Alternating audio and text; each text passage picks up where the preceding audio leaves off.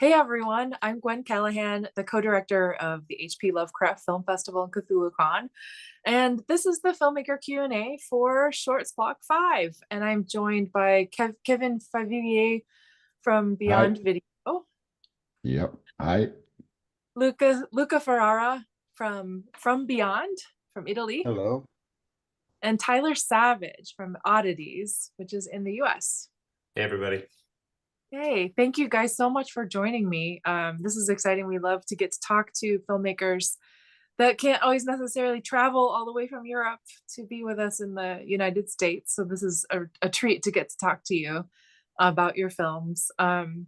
Each of your films is very, very different, all cosmic horror, but different in tone and subject matter. So Luca, you adapted Lovecraft's short story From Beyond, and set it in World War II, and changed some things around so that there's a little more action. Can you talk about adapting the story to your script?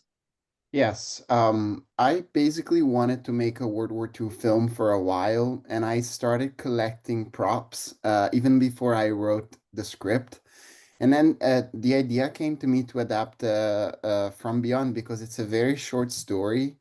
And compared to other pieces of works by Lovecraft, it's very vague in the sense it lends itself to an elaboration and some kind of an adaptation. The basic structure is very clear. You have two characters, you have a high concept, a machine that connects people to a different dimension, but what that dimension be and what's inside of it is never really explained in the story, which is where I started to work with my imagination and with my co-writer Lou Clark to start imagining what those things could be and what that dimension could be, what the creatures might be that these characters see in it. So that's where the idea for the script came. Okay, nice. With Crawford, he's also a little bit of a different kind of character in your script. Can you talk about that a little bit too? Yes.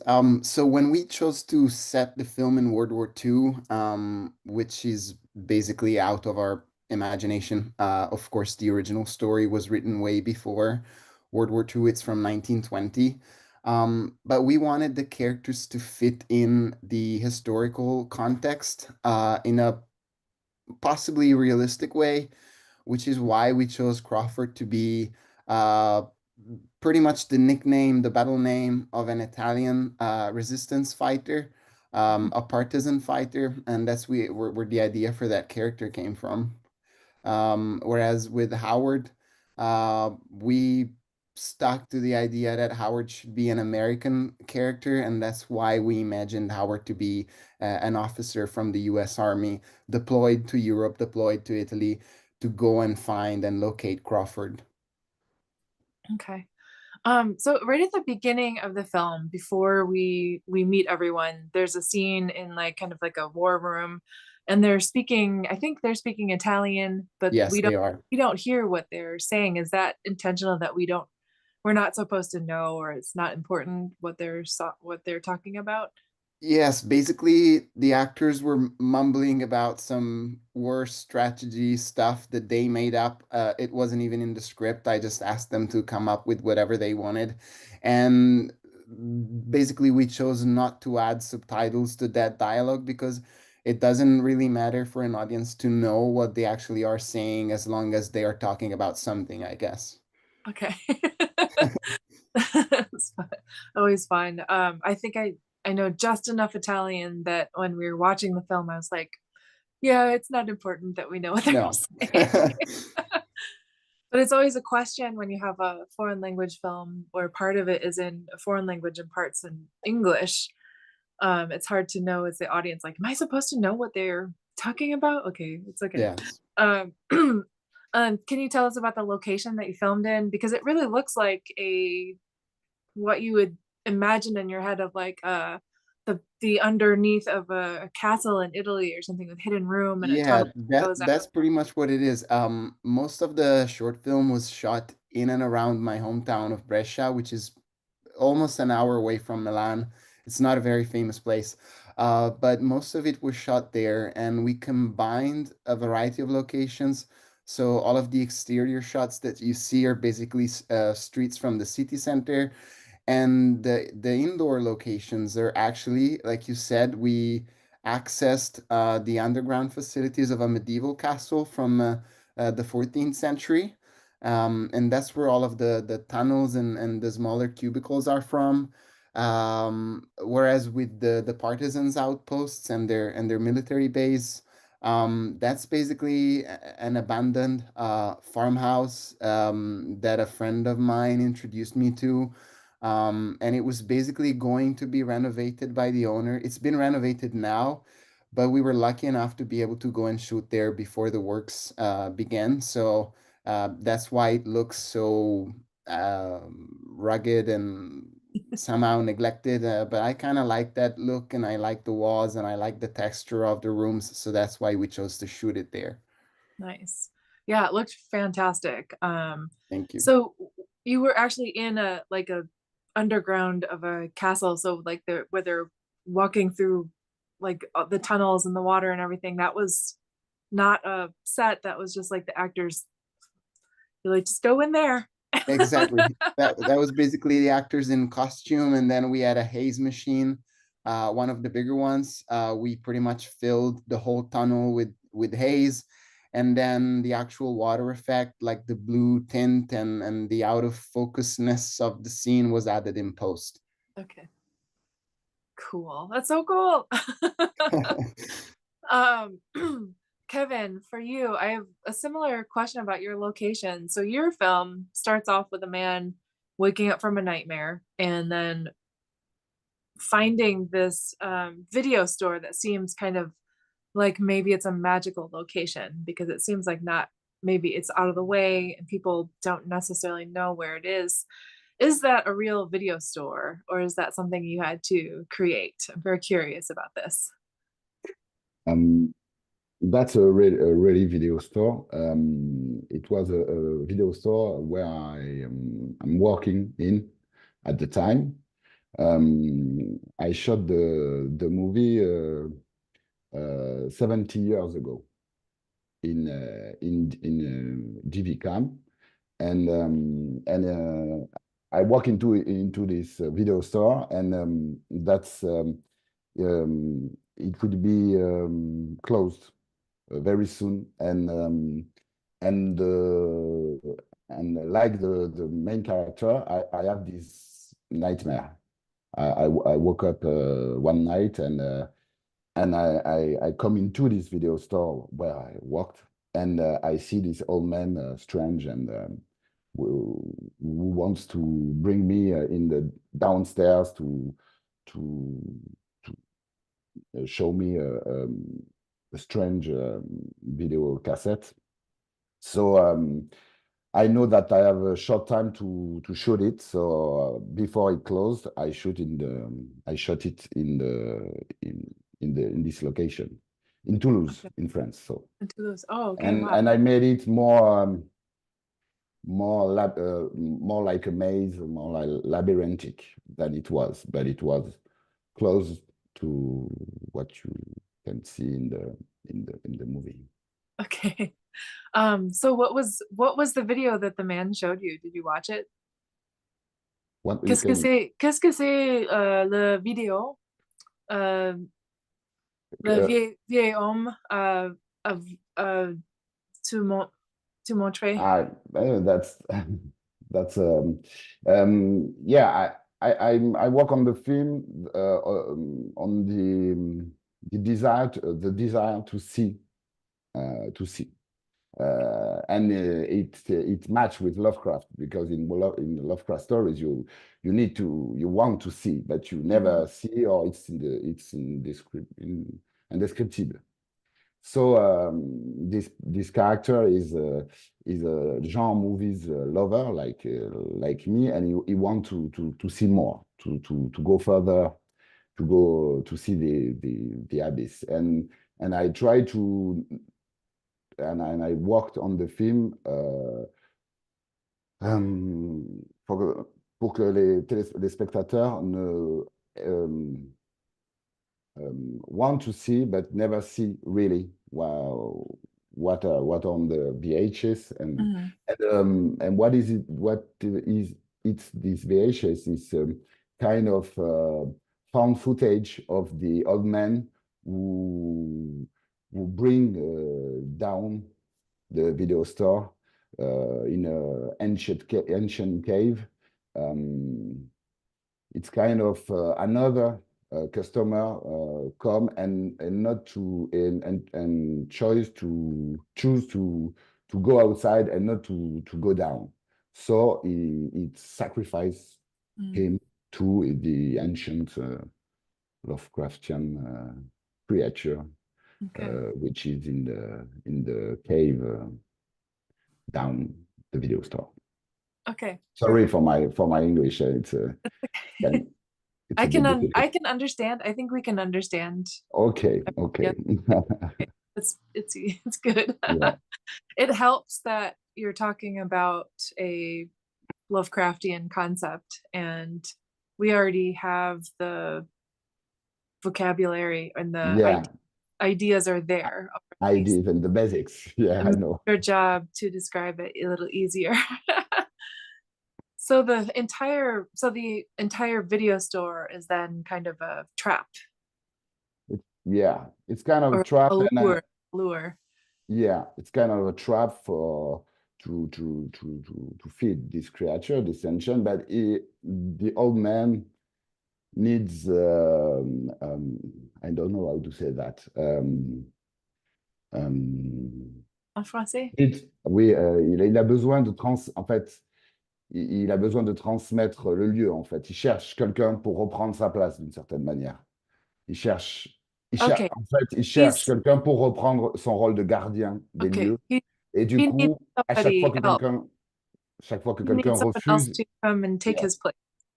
yeah, and and the young one in the movie accepts, Okay. kind of way accepts. Okay. It's like the Sentinel. Yeah, Okay. Nice. I love that it's autobiographical cosmic horror. yeah. Yeah. You can repeat, It's please? so the story is based on a dream that you Yeah, had, yeah. and then you It's made kind, this film. yeah. All of this all of the film is kind of mise en abîme. Of myself, my love for the B movies and 80s genre movies and Lovecraftian stories, and and I worked on the organic texture of the VHS, Mm. and I would like to that the le support du film interact with the action. So when we have some creepy or fantastic things happen, the film, the movie reacts, Okay. and further the character go down and go kind of mad and be is trapped. Further, the VHS is interact and be affected by what it happens on the movie, and Okay. at the end, the VHS breaking down. We can see further because the film doesn't um, it break down when it's downstairs. Okay. So it's a reflection of the character and the Yeah, yeah. descent into And madness. the mental state of the mental state and the universe and the fantastic universe where he goes. Wonderful. Kind It's of, wonderful. sorry. Yeah. It does have a very nice texture with the grain and the VHS footage, and it really makes it feel nightmarish, Yeah. like a Yeah. cauchemar. Yeah. Yeah. I will. I want a nightmare. I want a nightmare. So I made a nightmare. I tried to. Bien fait. Mhm. Thanks. Um, Thanks again. Tyler, who knew that my high school French would pay off as an adult? I know, Tyler, that's sometimes. with your, I'm sure that was very like second grade level of French, but for me speaking, I mean, but so your movie Oddities is set in an antique store. And again, I love this like idea of setting something in a place where there's accumulation over the years of objects. So similar to Kevin with the video store, there's VHS and movies that have been, it's not just all new. It's, you know, you can tell that some things have been there for a long time. And with your antique store, it also has that texture where these are things that clearly this woman hasn't just, it doesn't feel like she's just like reselling things. It's like she went out and found things that she appealed to her and then put them in her store. And Adrienne Barbeau is just fantastic in this film. I mean, we know her from The Fog, and we know her from Swamp Thing, and we know her from other movies. But it was really nice to see her in this role. Like, how did you get her attached to the film? Yeah, that was partially just good luck. I mean, I had written it for that location, and then I brought on several friends as producers, people that I'd worked with or, you know, gone to school with, or just, you know, a writing partner I worked with a few times. And I said to them, I was like, it's like, we need someone like an Adrienne Barbeau. And then one of them, my friend Dash, he's like, I actually went to high school with her son. And so he reached out to the son. He was like, can I get your mom's email? Are you okay if we approach her about this? And then, you know, she was happy to have coffee with me. And, you know, there was, she was really big on grammar and spelling. So when she said that the script read well, that was, you know, made her happy. So yeah, she was absolutely lovely to deal with and work with. And she was completely, you know, like an old pro. She just came absolutely prepared, very, very kind to the whole crew, you know, great collaborator to her scene partners. So we were just fortunate to get her. And I'm hoping to work with her again. I mean, that would be the goal. That's fantastic. I loved her. I love that role for her, and I loved her in the role because she has this mix of like nurturing sort of motherly, grandmotherly figure, and then when everything goes south, like turns and becomes pretty sinister. Yeah, well, it's funny. I think it's her actual nature is that warm maternal person, and she's so that comes easily to her. But she's also, you know, no fool. She knows, as she's known in that genre. She's had, you know, this genre reputation for decades now. So I think when it was fun for her to get a chance to kind of turn that on, you know. But yeah, so hopefully we'll get to do a longer version. That's the goal with it, and I think she would be excited about coming back. So nice. So the come on of this, so there's two films that we've shown in the festival, Forever Flowers and Oddities, where the come on is kind of very reminiscent of The Terrible Old Man, which is a Lovecraft story. yes, where there's people trying to like plotting to rob an older person.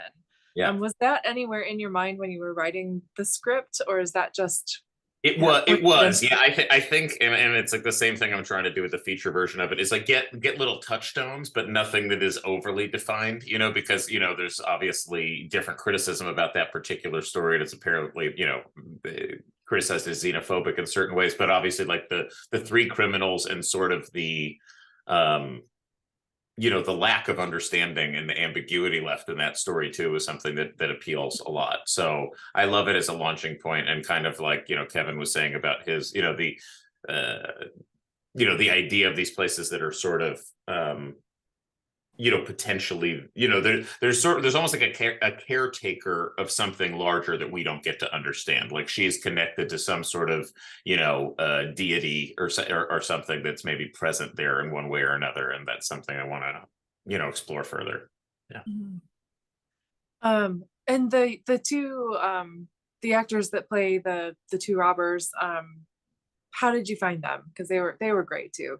They're great. Yeah, Logan is a good. Logan's a friend. He was in my friend Chad's film called Private Property, and he's been around. He was like in those escape room movies, and he's been around for a long time. I think his first role was actually playing a young Matthew McConaughey in some like rom-com in the early 2000s. I can't remember the name, but he's great, and he's got great comedic instincts, and I knew that that would, you know, fit the role well because he's such a knucklehead, the character. And then Ariella was just through casting. I mean, we knew that we wanted her, so we Allie Beans, our casting director, just, you know, she was on a short list of 3 or 4 people we went out to. And luckily we got her right before she sold her film, How to Blow Up a Pipeline, to Neon at TIFF. So I don't, she probably wouldn't have done a short film had we asked her a month later. So the timing on that was fortuitous for us. Yeah. They're all just lovely people, but it was also fun because they all had kind of, you know, like, as is usually the case, they all came from very different backgrounds. So it was always kind of fun trying to figure out how to get everybody speaking the same language. Nice. Yeah. With the so the location was was it actually an antique store location? It's actually an antique store. It's called the Regen House. It's out in a town called Fillmore out here in Santa Clarita, in California. And the town is used as a backlot a lot. They shoot a lot of like Justified there, and they've been shooting Westerns in that town since literally like the 1910s. Because it just looks like anywhere America could be, you know. And so I've passed through that town a handful of times over the years because I'm from California, and I literally probably have like a typewriter or projector somewhere in the background here that I got from that shop owner, and I always had that place in the back of my head. So I wrote it specifically for there, and luckily Eric, the owner, was kind enough to let us totally take over his shop for about a week. Yeah. Nice. And the dolls, did those come with the shop, or did you bring those with you? The dolls we brought, for sure. Yeah, the dolls we brought. That was one of that was a debacle on the shoot, because there's like a, you know, shot at the end that kind of, you know, sells the suggestion of what's happened to these two. And that was like a makeup department nightmare down to the final minute, being like, I think it was the last shot of the short that we did. I was like, I'm giving everybody, because we were supposed to do it the day before, and I hated the look of it. And I was like, we're scrapping all of this. We're doing this in a different way. And yeah, I think it was the last thing that we shot, just to give them enough time to try to pull it off. But yeah, I love the idea of you walk into something, you walk in somewhere. I love old things. I love antiques. I love old places, and obviously they carry energies. And I like the idea of, what if you're in an antique shop and literally every object surrounding you, you know, there's some sort of story and, you know, tale behind it. So. Mm-hmm. So some anthology fodder right there. That's also kind of the pitch. Yeah, I was like, if that works, you know, this could be like a little bit of a Hellmouth vibe, where, like, you know, there's various types of threads that could pull off of that location, hopefully. I mean, Friday the 13th, that's the TV series, was like one of my favorite things. Yeah, totally. Yeah, absolutely. That's a great reference. The curse objects. Wonderful. So so you're developing this into a feature? Yeah, I'm developing this into a feature, and I'm gonna hopefully have the draft done, you know, right in the beginning of the year. We're doing the festival run through like February, March of next year. So my goal was always just to have that, you know, fully ready by the time we're kind of finishing up our run and it's popping up online. So, you know, things seem to be slowly coming back. I think, you know, and it's also, the shop would be much bigger in the feature. I'd say more of like a roadside antique barn, one of those big, you know, so then you have kind of place to, you know, play around. And it's got a little bit of like From Dusk Till Dawn vibes as far as like the setup of it, you know, criminals sort of from one genre crashing unintentionally into another genre unwittingly. And I like, you know, I think that there's fun stuff to explore there in a 90-minute version. Very cool. We will be on the lookout for that.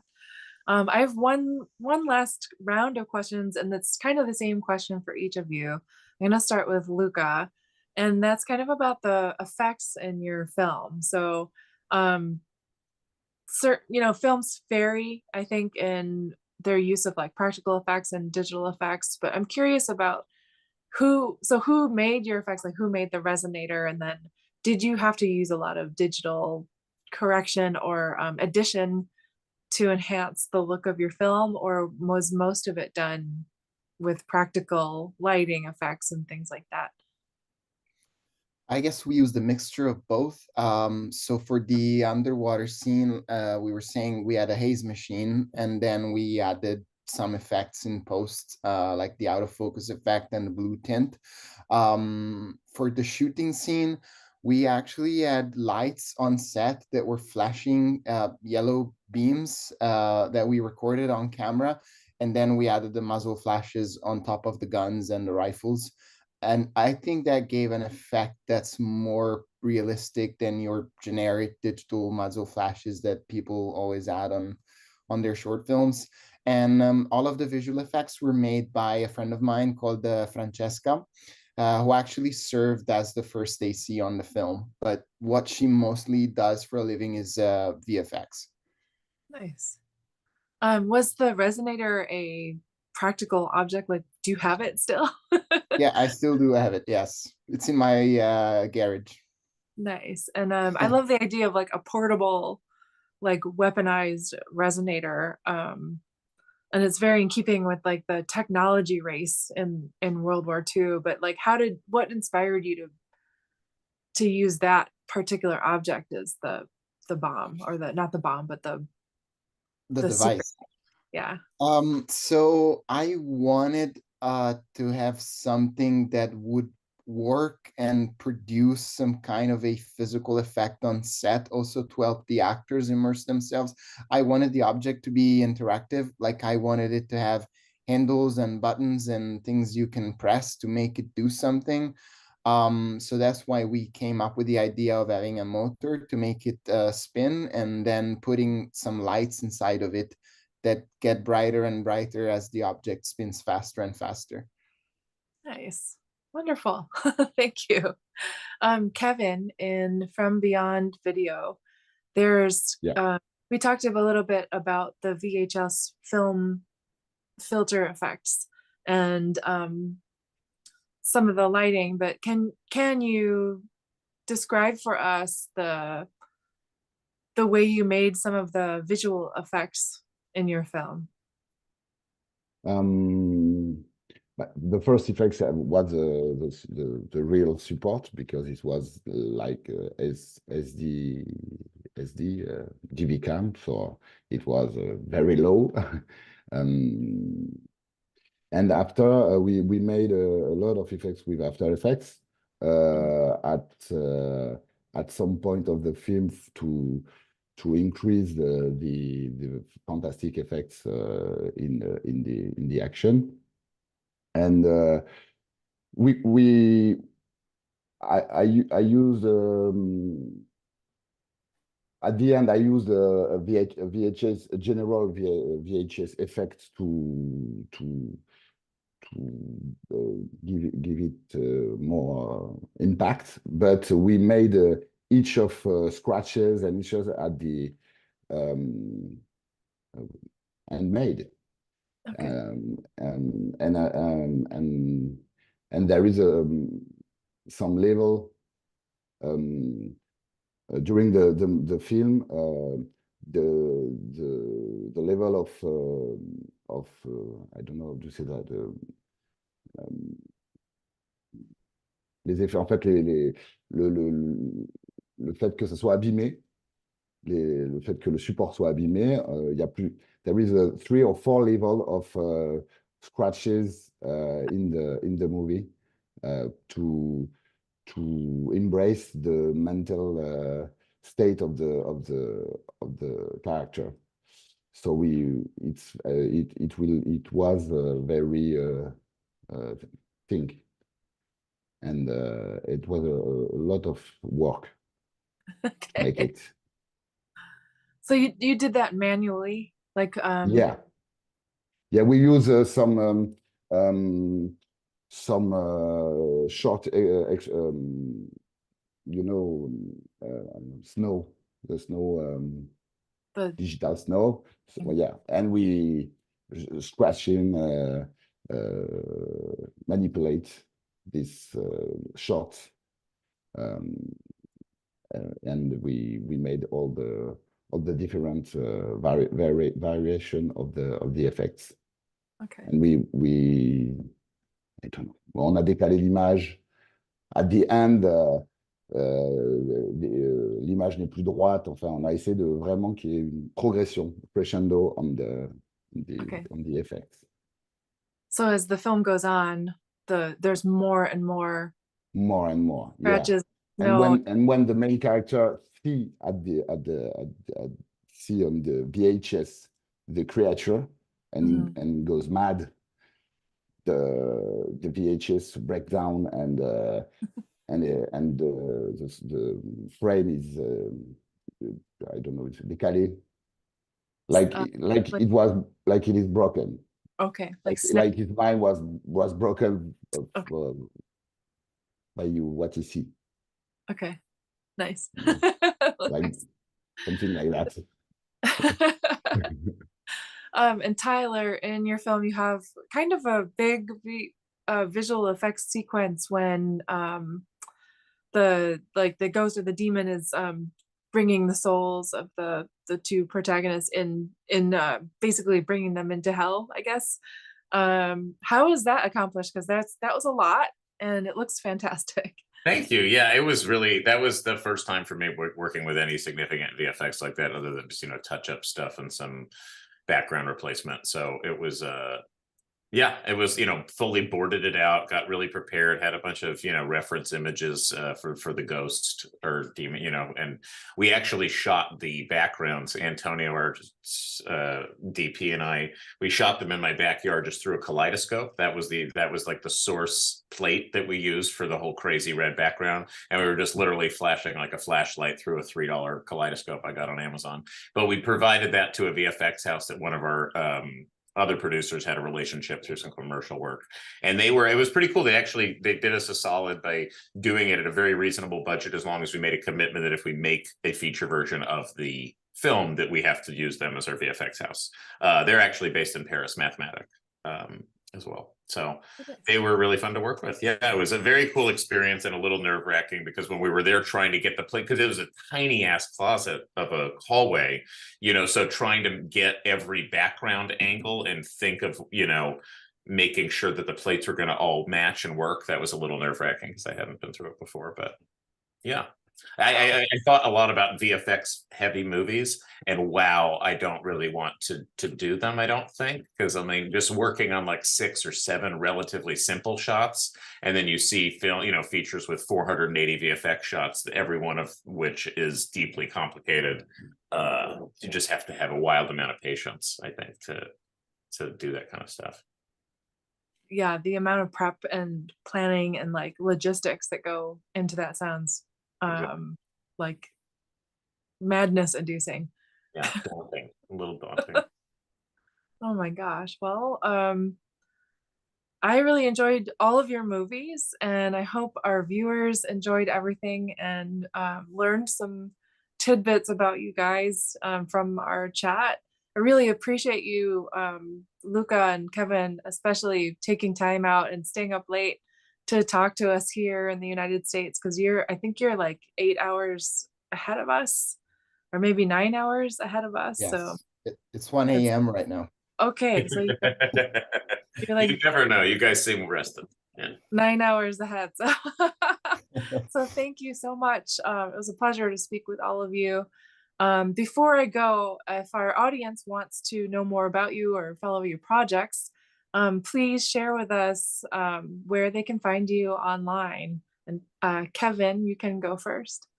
Yeah, but you can follow me on Instagram, @K_Favillier, K_Favillier, KFAVELLEIER,